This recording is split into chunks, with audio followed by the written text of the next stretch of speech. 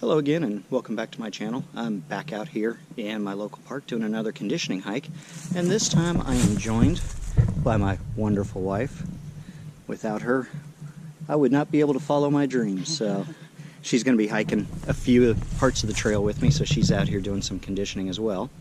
And if you notice from my first video, I am not wearing the same pack. I had a black one in that one. That's my day pack that I go out in. This is my Osprey that I'll actually be hiking with on the Appalachian Trail this year. And with that said about gear, this is my gear video.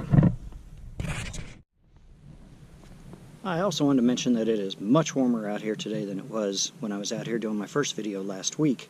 We are up around 60 degrees, about 30 degrees warmer than it was last Monday, Tuesday. Well, through a lot of the week. We had some additional snow later in the week. But it's been so cold, we still have ice on the lake out here. It's down quite a bit from what it was, but very nice to have this very warm day to come out and enjoy a nice hike. Okay, so welcome inside. I've got all of my gear that I'm starting off with in the cold part of the year, and some of the things that I'll be switching to when it gets a little bit warmer. I'll go over that switch and the things that I'm planning on sending back home when it gets to the warmer part of the year. As I talked about a little bit earlier in the video, the pack that I have, I've had this, actually the first piece of gear that I bought for this hike, and that was a few years ago, is an Osprey Atmos 65 liter with the anti-gravity, the AG suspension. Been very happy with this pack. I've had it out on several overnight hikes with about 30 pounds in it, and some of the reviews that I read before I got this said that this anti-gravity suspension makes it feel about 10 pounds lighter than it actually is, and I would have to agree. It's a very comfortable pack for me, and as long as I'm not doing silly things like taking it off and putting it back on frequently, which I've made the mistake of doing on one hike, I can keep going for hours at a time with this pack loaded up. At the end of this, I'll talk about what my base weight is. I have loaded everything up into the pack and done a weight on it, and so I've got my base weight. I don't have individual weights for everything. I'm not super concerned. I'm not trying to be ultralight, but I did have a target for where I wanted to be, and I actually hit right at that target. So I'll go into that a little bit later. So again, that's my pack. I may or may not keep the brain attached on it. That I haven't decided about yet. It does get in the way sometimes because it sits rather high, but that's something I haven't decided on yet. Okay, so other big three items. For my tent, I've got a Big Agnes Copper Spur, a Big Agnes Fly Creek HV UL2.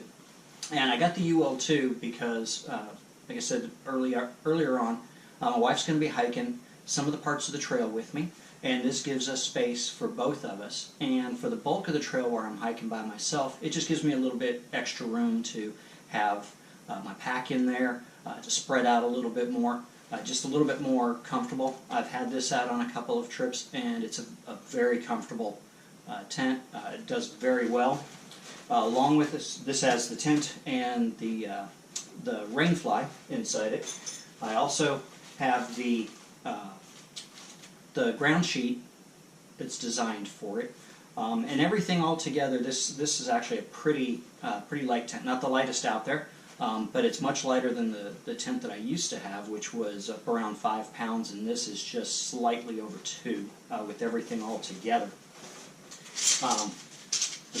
The poles for it, and these are the stakes that came with it, which I'm planning on taking to start off the hike with. I will decide later if I feel like I need to change, but again, they've done very well. They're pretty small, fairly light, not the lightest ones out there, but they came with it, so I'm going to give it a go with that.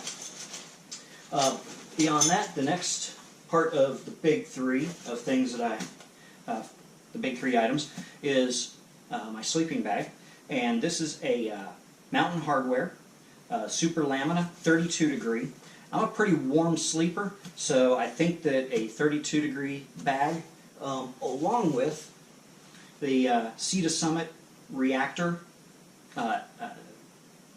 liner, sleeping bag liner, which adds about 15 degrees, so it's roughly 17 degrees. And I've been out in just this sleeping bag at Wise Shelter in Grayson Highlands on a very cold, very windy night, and it wasn't until later in the morning that I started to get cold. My hands were getting a little bit cold, my feet were getting a little bit cold, but I did not have the liner at that time. And I think that will make all the difference in the world. For any times that I find myself sleeping on the deck of one of the shelters, and it's a cold and windy night. Along with that, I've got a REI Light Core 1.5. It's a little bit bulky. It doesn't fold up quite as nice as I would like. It's got a stuff sack, or a sack that it came with, but it doesn't really help in cutting down the bulk on it, so I'm not planning on taking the sack. I'll just roll it up and slide this in on the side of my backpack and fit things in around it. Okay, so the other big items I have, one of the few ultralight things that I got for this, true ultralight things, Z-Pac's food bag. It's actually the bear bag kit. So got the sack for putting in some rocks to throw it over a branch. Got the cord and the carabiner here for it. And along with packing everything in here, I've got a couple of the OpSac bags to just cut down on as much as possible on any odors getting out, and not tempting any of the creatures out there to come around and check and see what's in here. I did have another dry bag that I was using on my other hikes. I just got this in not too long ago. It worked quite well, but is a little bit heavier setup than this. So again, just a few little areas where I decided to go ahead and get something that's more of an ultralight kind of item. But I think this one's going to be really good. It's got a lot of space in it. For my cook set, you can see here I've got my alcohol. I'm doing an alcohol stove for my hike. For my cook pot, I've got a Pinnacle Soloist, a GSI Pinnacle Soloist. Again, most of the time I will be out there by myself, and this gives me all of what I need for heating up water and all. I have a Ruckus aluminum alcohol stove. This is bought off of eBay. It's made out of a slightly heavier aluminum bottle rather than just a regular aluminum can. They are quite strong. There's a video on there of a 250-pound person standing on one of these, and it doesn't damage it at all, so I don't have to worry about anything happening to this stove. Also in here, I still got the lighter to light it with, and in the mornings, especially when it's cold out, I like to have my cup of coffee. So I've got the cup that came with the pot that I can do my coffee in. Now what I'm planning on cooking, I don't have any of the food here right now, but I'm going to be doing things in Ziploc bags and rehydrating or cooking them in there, ramen and things like that. So all I'm planning for the cook pot is to heat water in, and then I can pour it into the bag, whether it's one of the backpacker meals, backpacker pantry, Mountain House, or something that I've put together at the store and put in a Ziploc. We are going to make a koozie that will be able to hold those. We haven't put that together yet, so I don't have that here. But I don't need anything with that. I don't need anything to clean my pot with. I don't need a scraper or anything like that because I won't be cooking food in it, just heating water. Then in addition to that, to help out with cooking and when it gets a little bit windy, I picked up off of Amazon some time back this lightweight aluminum windscreen that just sets up, folds around, and creates a very good windscreen. This thing is very, very light. So no problem carrying that along with it. And then I've got a Sea to Summit long handle spork to eat with. So that pretty much takes care of the cooking system. As far as for water, I've got my Sawyer Squeeze filter, which I've used a few times already and really like this. I've got two Nalgene bottles, 1 liter, that I'll be putting my clean water into, filtering water into these. I've got the 3-liter water bladder for my backpack, but I'm not planning on starting off the trail with that because I don't want to worry about it freezing, water in the tube freezing. I just didn't want to deal with that. And I think I'm going to be okay with these two.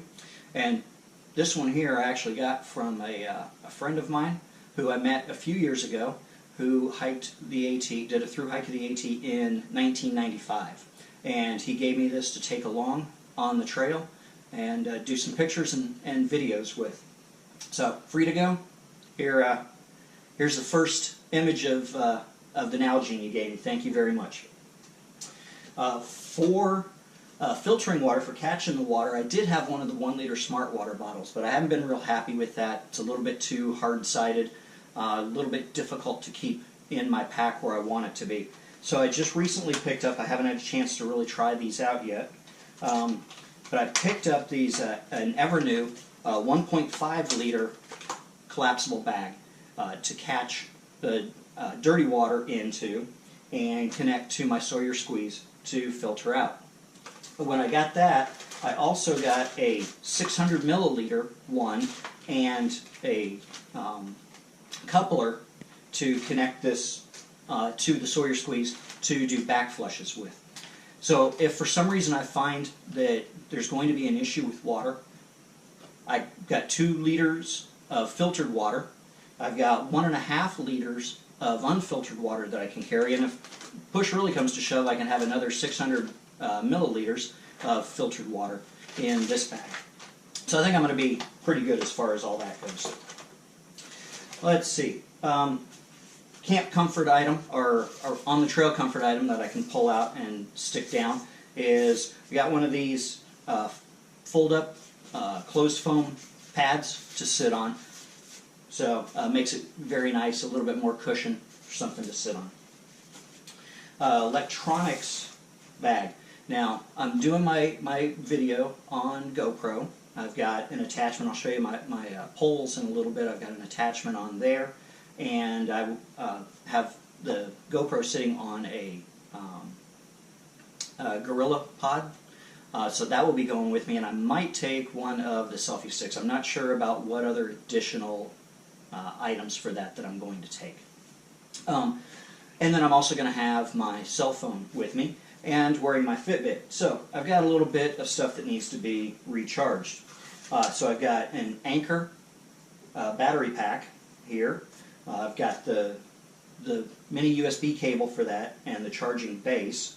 And the nice thing is this Anchor has 3 ports on it. So when it's charged up, I'll actually be able to hook up the GoPro, my Fitbit, and my phone all at the same time to recharge off of it. And they all of course, use different cables. The GoPro uses the newer USB-C. The phone uses the micro USB. And the Fitbit has its own special adapter. So, got a few different cables that I've got to carry with it all. But I've got a nice little stuff sack to put that all into and keep it straight. For doing the videos, I'm going to do the editing on my phone, and I picked up, it's a GoPro item that plugs into the micro USB port, and then you can put the micro SD card into here, and it reads right onto the phone. I can copy it right off, and it's got a nice little carry case to keep it safe. I'm going to keep the videos, all the video stuff that I do, so I'm going to be building up micro SD cards, and I already have a few that we've gotten out of older devices, or I've upgraded ones. And I picked up this SD card holder that will hold 10 micro SD cards, and then an adapter, which of course could also put an 11th micro SD card in there. So hopefully I won't fill this completely up and need more space to store micro SD cards or have to send them all home. But that may happen, and we'll see. That's the electronics. Next, as far as clothes go, me start off with cold weather base layer. I've had these for a couple of years now, got them for skiing, and they work really good even when wet. Just picked them up at Walmart, and these are just Dickies thermals tops, long sleeve tops, and pants. And these are extremely, extremely warm. On my my first video when I was out and it was down 28, 30 degrees, I got to the point where I had to take a layer off because I was getting too hot. My legs were plenty warm, even in the wind. So these do a very good job at keeping me warm while I'm up and moving. And that's also something that on the colder nights I can sleep in those, and it will give me even more insulation and allow me to get through even colder nights. I've got ex officio boxer briefs that I'll be wearing. I've got some REI convertible pants. I really like the convertible pants because a lot of times when I start off in the morning, when it's a little bit cooler, I like to have the long pants, even if I don't have the thermals underneath. I like to have the long pants, but then it gets a little bit warmer later in the day. I like to take that off and go to shorts. So it's a little bit extra. You got to deal with those legs, but I really like it for the convenience and the flexibility. And for the colder months when I start off, I got the sleeves rolled up right now from my last hike, but long sleeve shirt. This also on that hike, I got to the point I had to roll these sleeves up just to give my arms a little bit of a break from how warm it was getting for me. Other cold weather gear, I've got a balaclava that I'll be taking for the cold.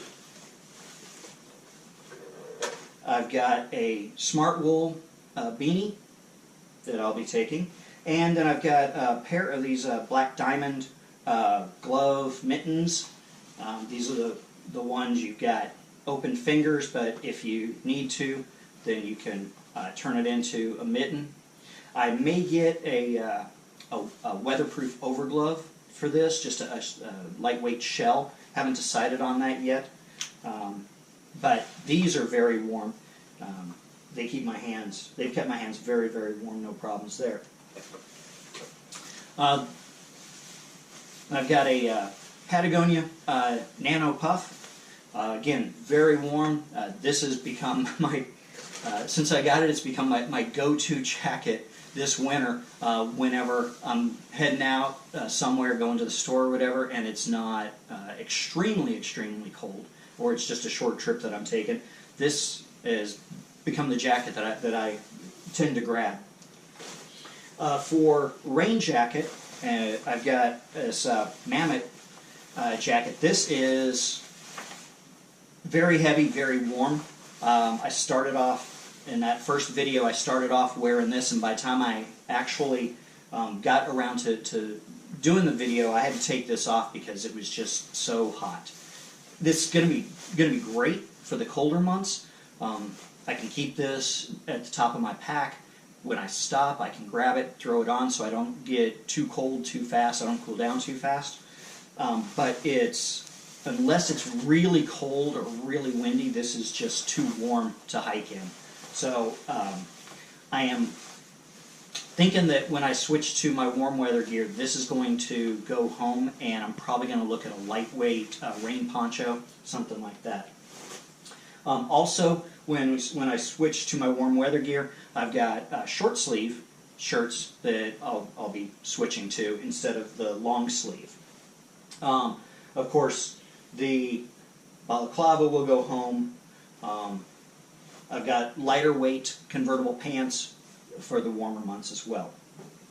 For socks, right now I've got these REI merino wool socks, which have been very nice. I haven't had any problems with my feet wearing these, or I've got a pair of Smartwool as well, and those have worked out very well for me.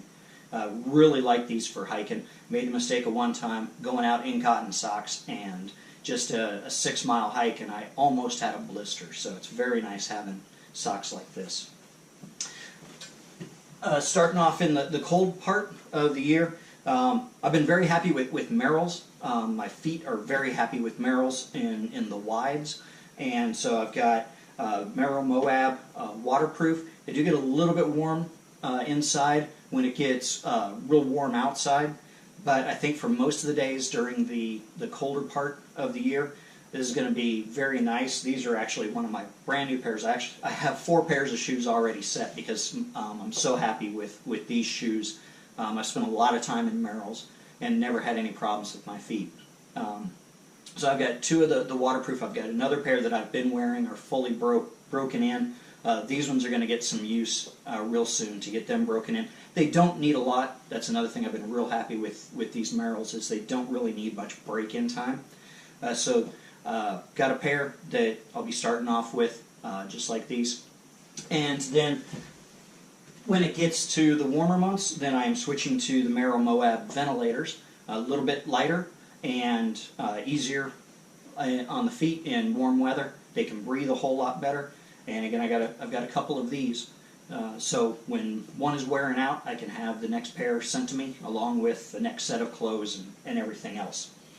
For around camp, especially during the colder months, I've got these socks. I don't remember what the brand is. Again, I picked these up at Walmart. There's something like Grizzly or something like that. Very, very warm socks, well cushioned, very nice for those cold nights. I've got those. And for camp shoes and water crossing shoes, I broke down and I got a pair of Crocs. At one point in time said I would never get Crocs because plastic shoes are not comfortable. Well, they're not plastic shoes, I found out, and they are actually very comfortable.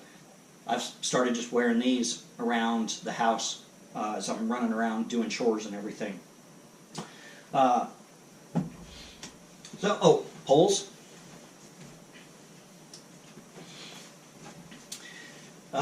So the poles I've got are Black Diamond, Alpine Carbon Cork. Been really happy with these. They're very light, very easy to walk with. I like the cam closure as opposed to the twist closure. I had been using some cheap Walmart trekking poles when I started off with hiking, and those would collapse on me sometimes if I put enough weight on them. I've never had that problem with these. I don't have the snow baskets up here. I'm planning on taking them for the first part of the hike in case you run into any snow.